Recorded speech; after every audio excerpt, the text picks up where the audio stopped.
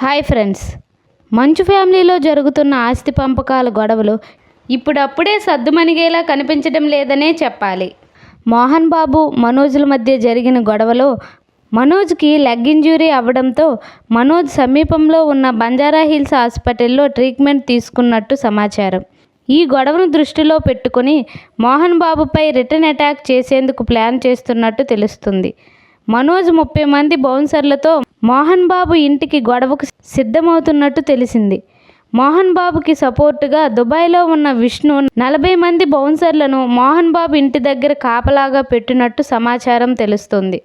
మరోవైపు నిన్న ఉదయం గాయాలతో వచ్చిన మనోజ్ను చూసి మనోజ్ భార్య భూమా మౌనికారెడ్డి పోలీస్ స్టేషన్కు వెళ్ళి మోహన్ బాబు, విష్ణులపై కంప్లైంట్ ఇచ్చినట్టు తెలుస్తుంది.